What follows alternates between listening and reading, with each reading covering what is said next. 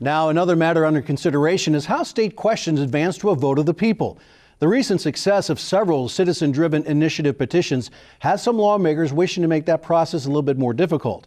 We welcome reporter Kayla Branch with our content partner, The Frontier, to update that effort as it works its way through the legislative process. Making changes to the state's initiative petition process, which is how state questions get onto ballots for all Oklahoma voters to decide on, is a big Republican priority this year.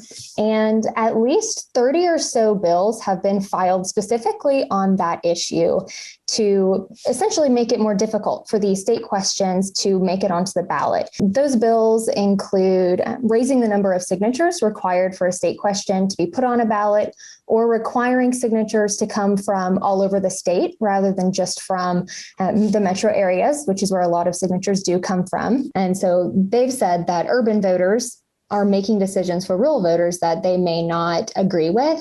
But then you hear from the Democratic leadership and they say, a vote is a vote. And if you meet the signature threshold as it currently stands, then that should count.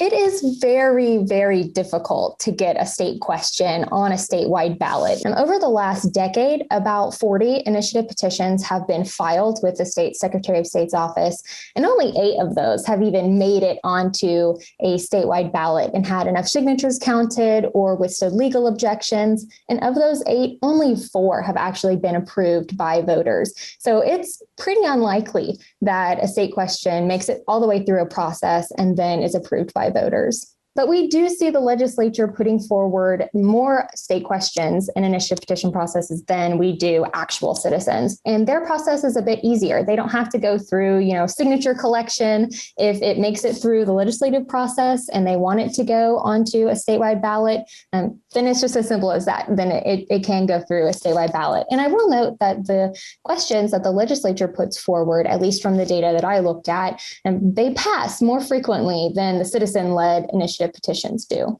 And we're starting to see these bills being heard in committee and, making their way through committee as well. And with the huge majority of Republican lawmakers in the state legislature, I would predict that several of these probably make it through the process. But it is important to note that because the initiative petition process is in Oklahoma's constitution, lawmakers can't change it without a vote of the people. It still will be up to the voters, yes. And the activists and organizers that I've been able to talk to who are involved in this process say that if the legislature does pass these bills through the legislative process and they end up on a statewide ballot, there will be organized resistance, that they are not going to let these changes happen lightly.